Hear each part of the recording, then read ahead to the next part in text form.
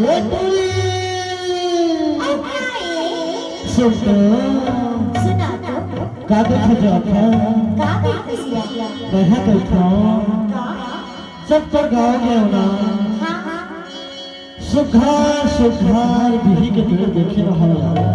आने के बड़ी दौलत छोड़ के बेच के देख रहेगा तमोर खाए के मन कर दृश्य ऐसे तो मैं कुछ नहीं देखत रहा हूँ ऐसे मैं है ना हाँ बिही तो ताकवा रहा यार अच्छा देख लो तो बैठो काबे और ना हाँ तो गाँव में बिही खाए के बहाना तुझसे मिले रहा तो बैठो मिले लाए रहे हाँ ऐसे तो आहू कि नहीं आहू और तेरा बता ले चल आ जा देगा आज होगा हाँ लबारी तो नहीं मारस नहीं मारो हो नहीं मारस ना आहा पक्का पक्का नहीं मारो जी देख लो तो देखो का तोर बारी के बिही हटूरी